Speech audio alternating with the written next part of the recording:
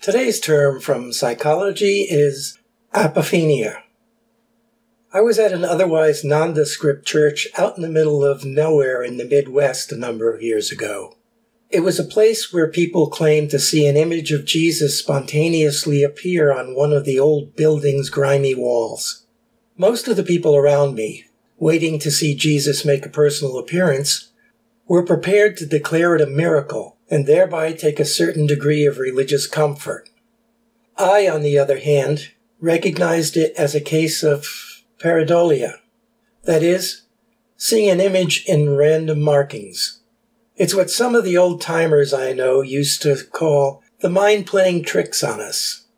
Psychologists have been making use of this phenomena for a century or more in the form of the classic Rorschach or inkblot test, in which subjects' perceptions of inkblots are recorded and then analyzed using psychological interpretation.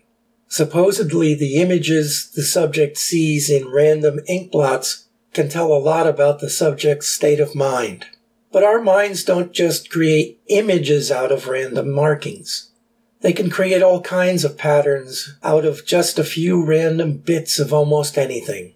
The term for that is apophenia, and it's usually defined as the spontaneous perception of connections and meaningfulness of unrelated phenomena.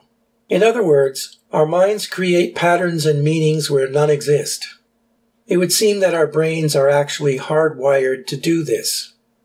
One of the more obvious examples of apophenia in action is the claim by many gamblers that they can see patterns in the way the cards fall, that they then use to justify how they bet. Apophenia can also explain why so many people claim there is a rather large body of evidence supporting the belief that aliens visited Earth and had something to do with our species becoming civilized. It can also explain a surprisingly large number of religious miracles, and can even explain why so much of modern politics seems to rely on ridiculous notions concerning human nature. In some ways, apophenia stands in opposition to science. Apophenia makes us see patterns that aren't really there and project those patterns onto the world around us. Science, in contrast, helps us to discover patterns that are there, but which we usually can't see. In essence, apophenia would have us project predetermined patterns created from just a few bits of information onto the world around us, while science allows us to extract existing patterns we usually miss. Unfortunately, in our modern world, more and more people seem to rely on apophenia to navigate and interpret the world around them than they do the science that has created our modern world.